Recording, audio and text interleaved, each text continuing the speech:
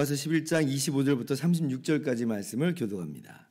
형제들아, 너희가 스스로 지혜 있다 하면서 이 신비를 너희가 모르기를 내가 원하지 아니하노니, 이 신비는 이방인의 충만한 수가 들어오기까지 이스라엘의 덜어는 우둔하게 된 것이라. 그리하여 온 이스라엘이 구원을 받으리라.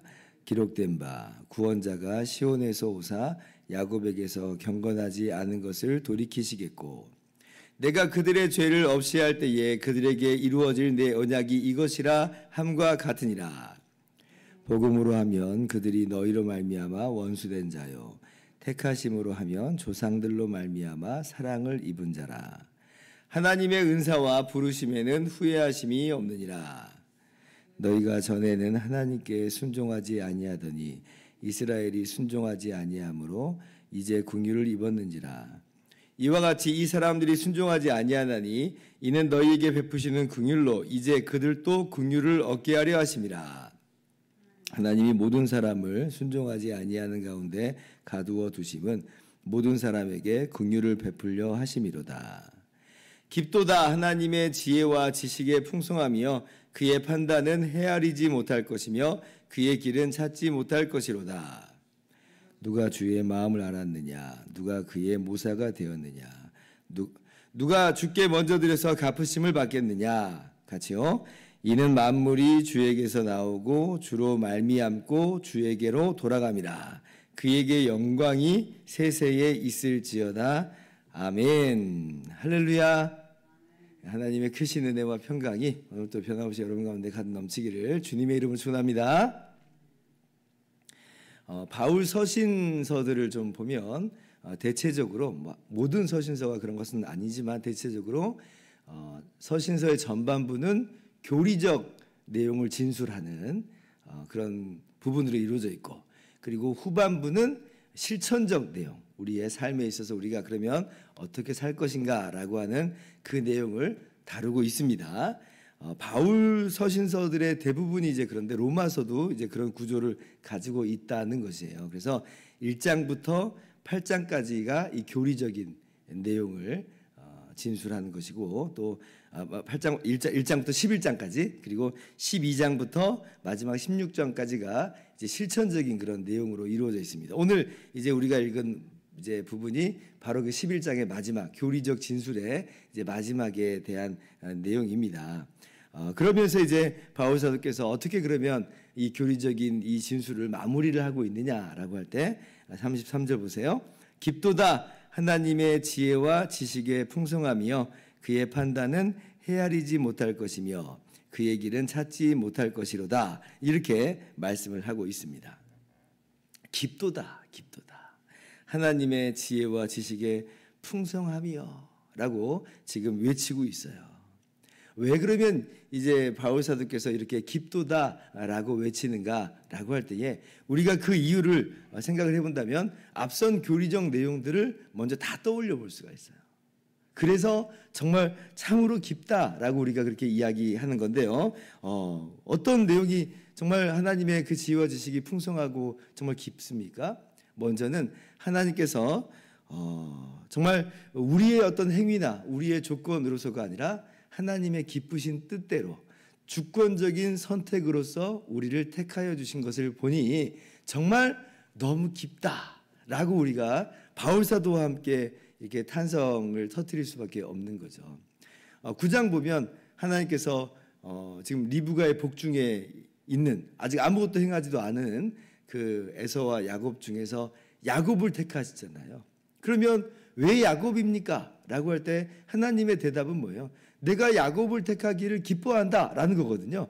뭐 야곱이 뭘 해서가 아니라 그냥 하나님이 그 주권적인 뜻 가운데 주권적으로 선택하신 거예요.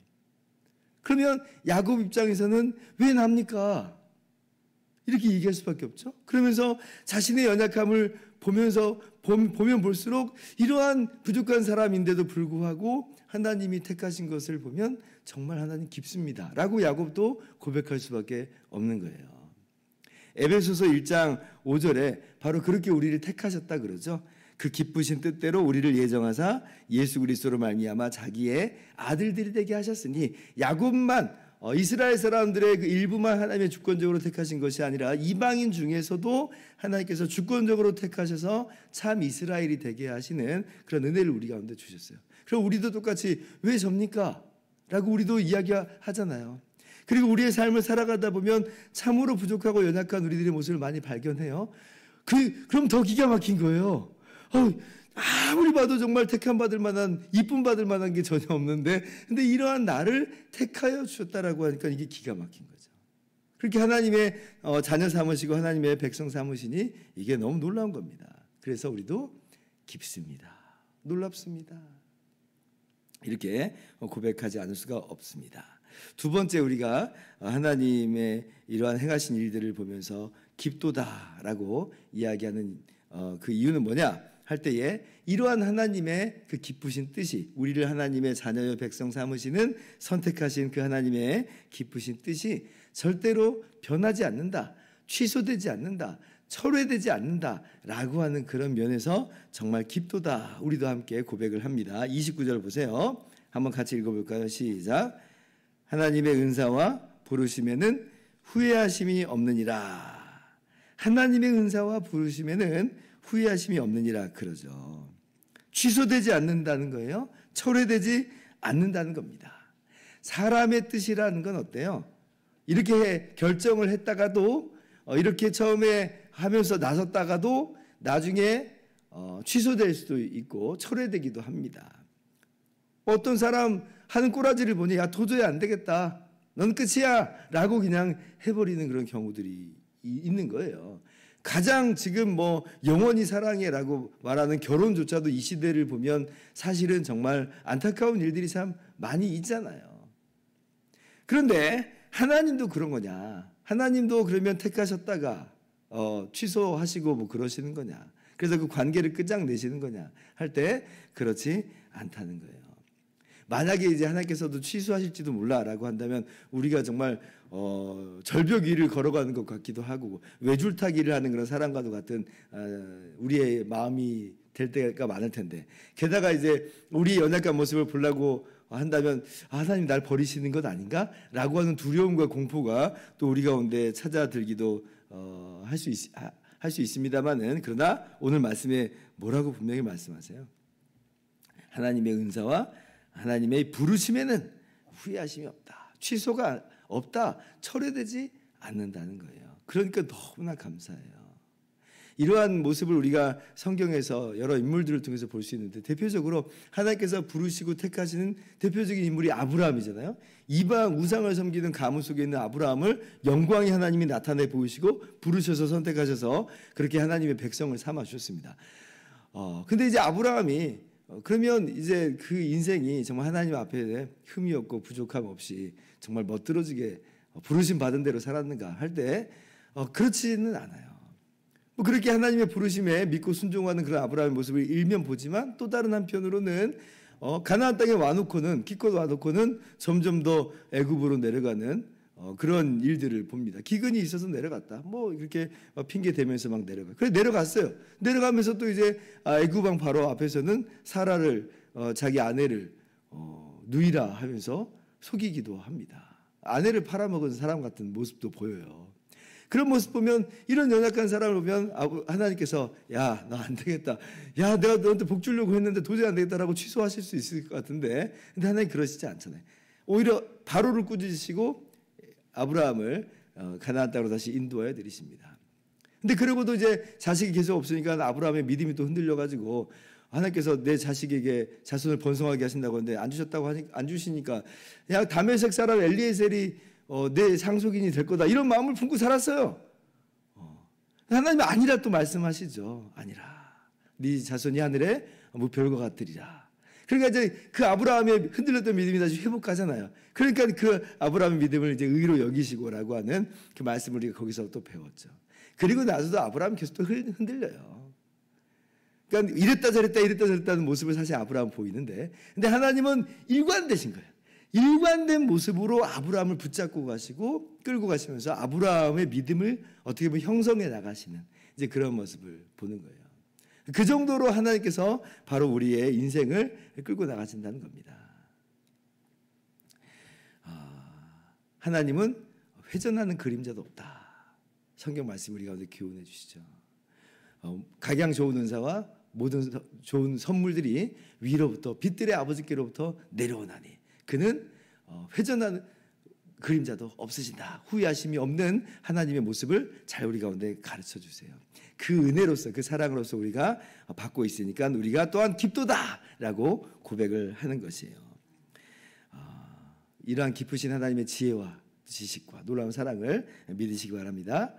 그리고 세 번째 우리가 하나님을 향해서 깊도다라고 하는 그 이유는 하나님의 이러한 구원의 섭리라고 하는 게 하나님의 택하심이 실행되는 바 이 섭리가 하나님의 구원의 역사가 그 경륜이 정말 또 너무나 놀랍기 때문에 그렇습니다. 어떤 사람은 정말 평생 예수님을 안 믿는 것처럼 보였다가도 근데 정말 어떤 계기가 갑자기 그에게 주어지니까 하나님을 믿고 예수님을 믿는 그런 놀라운 역사를 우리가 우리 주변에서 보게 됩니다. 그럴 때 우리가 탄성을 터뜨리게 되죠. 야, 이 사람은 나는 포기했는데 정말 안 믿을 줄 알았는데 어떻게 이 사람이 믿을 수가 있게 됐는가. 야, 정말 참 깊도다라고 우리가 그렇게 하나님의 일하심을 보면서 우리가 탄성을 터뜨리게 되는 거죠. 이 바울 사도께서 지금 깊도다라고 하는 그런 내용의 직접적인 그 내용 중에 하나가 바로 그 모습이에요. 이스라엘이 지금 어떤 모습이냐면 바울 시대에 예수님을 십자가에 못 박아 죽이고 교회를 핍박하고 그렇게 거부하고 거절하는 그런 모습 가운데 있어요. 유대인은 안 될 것만 같아요. 유대인은 안 될 것만 같은데 그런데 하나님의 역사는 깊다는 거예요. 바울 사도의 고백은 뭐냐면 이 유대인 중에서도 분명히 택하신 자들이 있는 것이고 그렇게 택하신 자들이 돌아오는 일이 있을 것이다 라고 이야기를 합니다. 25절 형제들아 너희가 스스로 지혜 있다 하면서 이 신비를 너희가 모르기를 내가 원하지 아니하노니 이 신비는 이방인의 충만한 수가 들어오기까지는 이스라엘의 더러는 우둔하게 된 것이라 말씀해요. 그럼 이게 무슨 말이에요? 이방인의 충만한 수가 들어올 때에 이스라엘이 그때 회복이 되겠다는 그런 바울의 말씀을 하고 있는 것이에요. 이게 이제 민족적인 단위로 어마어마한 대규모 회심인지 아닌지에 대해서는 여기에 대해서는 학자들마다 갑론을박이 있겠습니다만은 그러나 정말 이스라엘이 다 하나님께 버림받은 그런 민족으로서 있는 것은 아닐 것이고 주님께로 돌아오는 그런 유대인들이 분명히 있을 거다. 있다. 확신하는 것이에요. 정말 오늘날도 이제 유대인들이 많은 수가 예수님을 안 믿고 있습니다만은 그러나 예수님을 믿는 메시아닉 주라고 하는 예수님을 믿는 유대인들이 그렇게 돌아오고 있는 것들을 우리가 또 이 역사 속에서 좀 보고 있기도 합니다. 그래서 이러한 하나님의 역사를 볼 때 하나님이 일하시면 참 놀랍다. 하나님은 반드시 그 뜻을 이루시고야 마세요.